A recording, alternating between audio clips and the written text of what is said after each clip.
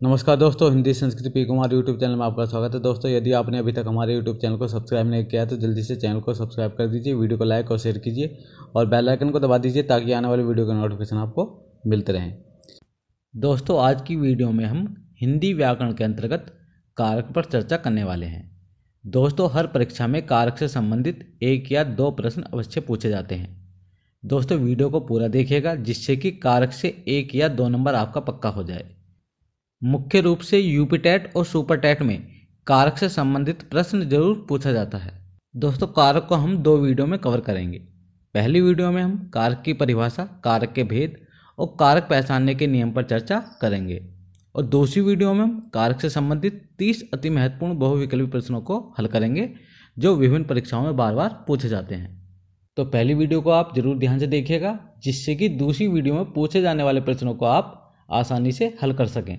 Video को बिना skip करे पूरा देखिएगा। तो चलिए दोस्तों, वीडियो को शुरू करते हैं। दोस्तों, आज की वीडियो में हम कारक की परिभाषा, कारक के भेद और कारक पहचानने के नियम पर चर्चा करेंगे। कारक, कारक का अर्थ है क्रिया को करने वाला।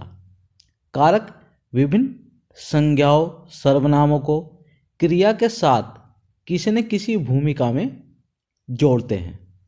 देखिए, कारक की परिभाषा है संज्ञा या सर्वनाम का वाक्य के अन्य पदों, विशेषतः क्रिया से जो संबंध होता है उसे कारक कहते हैं। देखिए, संज्ञा या सर्वनाम का जो संबंध होता है विशेषतः क्रिया से उसे कारक कहते हैं। जैसे राम ने रावण को बाण से मारा। देखिए, राम क्या है? ये क्रिया का कर्ता है तो ये कर्ता कारक है। रावण ये कर्म है क्रिया का, इसमें क्या है? ये कर्म कारक है। और ये वाण ये क्या है? क्रिया का साधन है जिससे क्रिया संपन्न की गई है। तो ये क्या हो गया? ये करण कारक है। और मारा क्या है? हमारी क्रिया है। लेकिन ये जो रखा है ने, को और से, ये जो है ये कारक चिन्ह है। देखिए, यहाँ ने, को और से आदि कारक चिन्ह क्रमशः राम, रावण, वाण को मारा क्रिया से जोड़ रहे हैं, अतः ये कारक हैं। ये क्रिया कराने में संज्ञा, सर्वनाम आदि की भूमिका निश्चित कर रहे हैं। देखिए, कारक चिन्हों को विभक्ति चिन्ह या परसर्ग भी कहते हैं।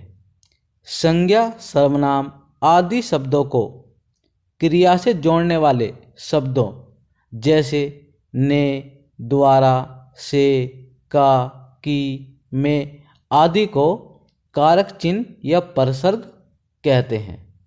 देखिए, ये जो चिन्ह होते हैं ये कारक चिन्ह होते हैं और इनका जो कार्य होता है वो संज्ञा, सर्वनाम को क्रिया से जोड़ने का कार्य करते हैं। कारक एवं कारक चिन्ह हिंदी में मुख्य रूप से 8 प्रकार के कारक होते हैं। इन कारकों के नाम एवं उनके कारक चिन्हों का विवरण इस प्रकार है। पहला है कर्ता कारक और इसका जो कारक चिन्ह है वो है ने। दूसरा है कर्म कारक, इसका चिन्ह है को। तीसरा है करण कारक और इसके कारक चिन्ह है से, के द्वारा, साथ, के कारण। चौथा है संप्रदान कारक और इसके कारक चिन्ह है को, के लिए। पांचवा है अपादान और इसका कारक चिन्ह है से। छठा है संबंध कारक, इसका कारक चिन्ह है का, की, के। सातवां है अधिकरण कारक और इसके कारक चिन्ह है में, पर। आठवां है संबोधन और इसके कारक चिन्ह है हे, अरे। करण कारक और अपादान कारक में अंतर। देखिए, करण कारक और अपादान कारक दोनों में से का प्रयोग होता है किंतु इन दोनों में मूलभूत अंतर भी है। कारक क्रिया का साधन या उपकरण है। कर्ता कार्य संपन्न करने के लिए जिस उपकरण या साधन का प्रयोग करता है उसे करण कारक कहते हैं। देखिए, कर्ता जो है जिस कार्य को करता है उस कार्य को करने के लिए जिस साधन या उपकरण का प्रयोग करता है वहाँ करण कारक होता है। जैसे मैं बस से दिल्ली गया। दिल्ली जाने का साधन क्या है? बस है। तो बस क्या है, करण कारक है। अपादान कारक में अलग होने, अलगाव का भाव निहित होता है। जैसे वह गांव से चला गया। देखिए वह गांव से चला गया, तो गांव से वो अलग हो गया। रमेश बस से उतर गया। रमेश बस से उतर गया, तो रमेश जो है वो बस से अलग हो गया। पेड़ से पत्ते गिरते हैं, तो पेड़ से पत्ते गिरते हैं, पत्ते जो हैं वो पेड़ से अलग हो गए। उपयुक्त वाक्यों में अलग होने का भाव स्पष्ट दिखाई दे रहा है, तो क्रमशः गांव से, बस से, पेड़ से में अपादान कारक है। देखिए अब हम कारक संबंधी नियम समझ लेते हैं। कर्ता कारक, देखिए क्रिया को करने वाला कर्ता कारक कहलाता है। बिना कर्ता के क्रिया संभव नहीं होती है। जैसे रमेश लिखता है, रमेश ने पत्र लिखा। देखिए इस वाक्य में लिखने का कार्य रमेश करता है, अतः कर्ता रमेश है। कर्ता कारक की विभक्ति ने है, लेकिन कभी कभी बिना विभक्ति के भी कर्ता कारक का प्रयोग होता है। जैसे पहले वाक्य में विभक्ति का प्रयोग नहीं हुआ है, लेकिन दूसरे वाक्य में विभक्ति का प्रयोग हुआ है। कर्म कारक, वाक्य में क्रिया का फल या प्रभाव जिस शब्द पर पड़ता है उसे कर्म कारक कहते हैं। देखिए कर्म कारक की जो विभक्ति होती है वो होती है को। जैसे हरि ने रवि को बुलाया।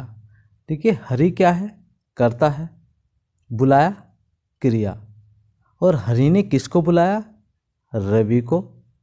तो बुलाने का जो प्रभाव पड़ रहा है किस पर पड़ रहा है, रवि पर, तो रवि क्या हो गया, कर्म कारक। दूसरे वाक्य में सुरेश ने चोर को भगाया। सुरेश कर्ता है, भगाया क्या है, क्रिया है, और सुरेश ने किसको भगाया, चोर को। तो भागने का जो प्रभाव पड़ रहा है किस पर पड़ रहा है, चोर पर, तो चोर क्या हो गया, कर्म कारक। तो रवि को और चोर को दोनों में कर्म कारक है। करण कारक, करण कारक का अर्थ है साधन। देखिए संज्ञा या सर्वनाम के जिस रूप से क्रिया के करने के साधन का बोध होता है, अर्थात जिसकी सहायता से कार्य संपन्न हो, वह करण कारक कहलाता है। देखिए करण कारक की विभक्ति हैं से, द्वारा, के जरिए, के साथ। यदि वाक्य में ये विभक्तियाँ आती हैं तो इन विभक्तियों के आधार पर हम पहचान सकते हैं कि वाक्य में करण कारक हैं। जैसे पहला वाक्य है मुझसे कार्य नहीं होगा। दूसरे शब्दों में हम ये भी कह सकते हैं कि मेरे द्वारा ये कार्य नहीं होगा। तो मुझसे में क्या है, करण कारक है। दूसरा वाक्य है वह कुल्हाड़ी से पेड़ काटता है। तो कुल्हाड़ी क्या है, साधन है। किसका, पेड़ काटने का जो साधन है वो क्या है, कुल्हाड़ी। तो कुल्हाड़ी में क्या हो गया, करण कारक है। तीसरा वाक्य है हम दही के साथ रोटी खाते हैं। देखिए के साथ, इस विभक्ति के आधार पर पहचान सकते हैं कि वाक्य में करण कारक है। संप्रदान कारक, जिसके लिए क्रिया की जाती है या जिसे कुछ दिया जाता है उसे संप्रदान कारक कहते हैं। देखिए इस कारक की विभक्ति हैं को, के लिए, के हेतु, के वास्ते, के निमित्त। यदि वाक्य में ये विभक्ति चिन्ह भी आ जाएं तो उस आधार पर हम वाक्य को पहचान सकते हैं कि वाक्य में संप्रदान कारक है। जैसे पहला वाक्य है पिताजी ने पुत्र को रुपये दिए। देखिए इस वाक्य में पिताजी द्वारा पुत्र को रुपये दिए गए हैं, तो इसलिए पुत्र को इसमें संप्रदान कारक है। दूसरा वाक्य है पेट के वास्ते इंसान क्या नहीं करता। देखिए क्रिया जो है वो किसके लिए की गई है, पेट के लिए। तो पेट के, इसमें क्या है, संप्रदान कारक है। तीसरा वाक्य है पिताजी पुत्र के लिए खिलौने लाए। खिलौने किसके लिए लाए गए हैं? पुत्र के लिए। जो क्रिया की गई है वो पुत्र के लिए की गई है, तो इसमें क्या है? संप्रदान कारक है। को परसर्ग कर्म कारक और संप्रदान कारक दोनों में प्रयोग हुआ है। देखिए, वाक्य में जहाँ देने का उल्लेख हो वहाँ को परसर्ग का प्रयोग संप्रदान कारक के लिए होगा। देखिए, जैसे कर्म कारक में दिया हुआ पहला वाक्य है, दिनेश सुरेश को मारता है, तो यहाँ मारता यानी जो क्रिया है उसका प्रभाव पड़ रहा है सुरेश पर, तो यहाँ पर कर्म कारक है। दूसरा वाक्य है, दिनेश सुरेश को पुस्तक देता है। देखिए, जहाँ देने का उल्लेख हो वहाँ को परसर्ग का प्रयोग संप्रदान कारक के लिए होगा। अपादान कारक संज्ञा के जिस रूप से किसी वस्तु के अलग होने का भाव प्रकट होता है उसे अपादान कारक कहते हैं। देखिए, जहाँ अलग होने का भाव प्रकट हो वहाँ अपादान कारक होता है। अपादान कारक की विभक्ति से है।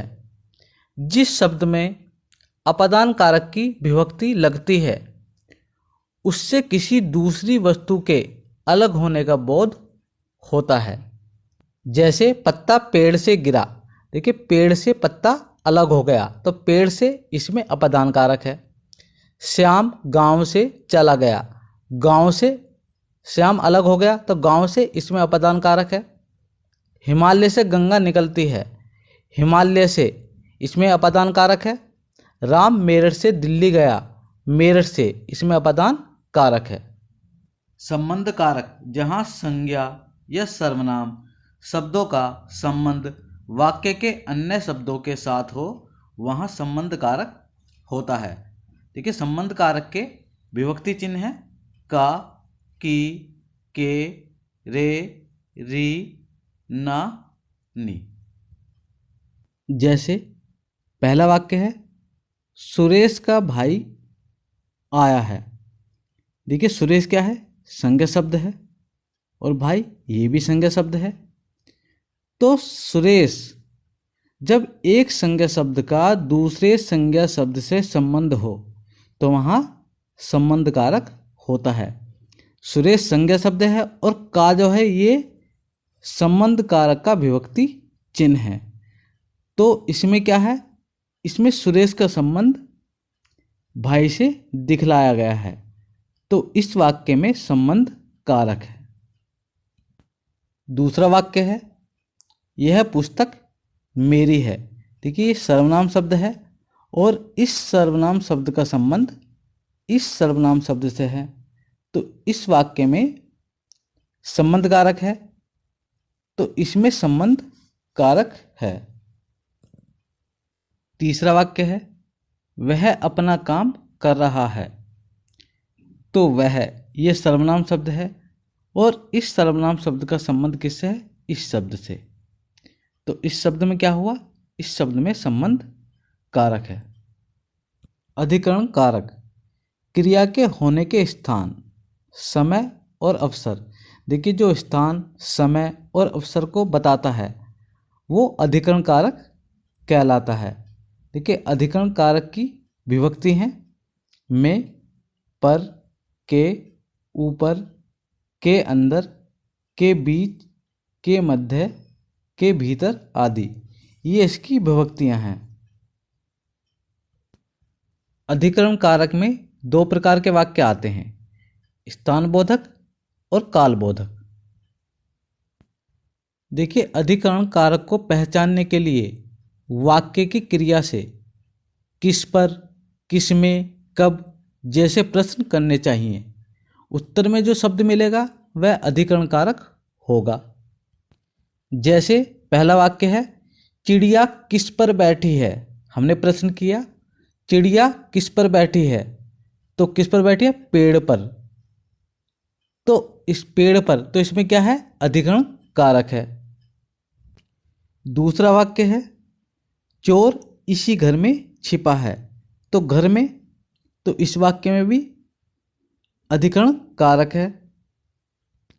अगला वाक्य है, मैं 2 घंटे बाद आऊँगा। मैं कब आऊँगा? 2 घंटे बाद। तो 2 घंटे बाद, तो इसमें क्या है? अधिकरण कारक है। अगला वाक्य है परीक्षा मार्च में होंगी। परीक्षा कब होंगी? मार्च में। तो इसमें क्या है? अधिकरण कारक है। संबोधन कारक, संज्ञा के जिस रूप से किसी को पुकारा, बुलाया, सुनाया या सावधान किया जाए उसे संबोधन कारक कहते हैं। इस कारक की विभक्ति है हे, हो, अरे, रे। जैसे पहला वाक्य है बच्चों परिश्रम ही सफलता की कुंजी है। दूसरा वाक्य है अरे तुम कहाँ जा रहे हो। तीसरा वाक्य है हे प्रभु मेरी मनोकामना पूर्ण कीजिए। देखिए इन तीनों वाक्यों में संबोधन कारक है। देखिए संबोधन कारक को पहचानने का आसान तरीका है विस्मयादिबोधक चिन्ह। ये जो चिन्ह दिया हुआ है ये विस्मयादिबोधक चिन्ह है। इस आधार पर हम संबोधन कारक को आसानी से पहचान सकते हैं। दोस्तों यदि आज की वीडियो आपको पसंद आई हो तो वीडियो को लाइक और शेयर कीजिए और ऐसे ही महत्वपूर्ण प्रश्नों की सीरीज पाने के लिए जल्दी से हमारे चैनल को सब्सक्राइब कीजिए और बेल आइकन को भी दबा दीजिए। तो दोस्तों मिलते हैं अगली वीडियो में कुछ और महत्वपूर्ण प्रश्नों के साथ। तब तक के लिए नमस्कार।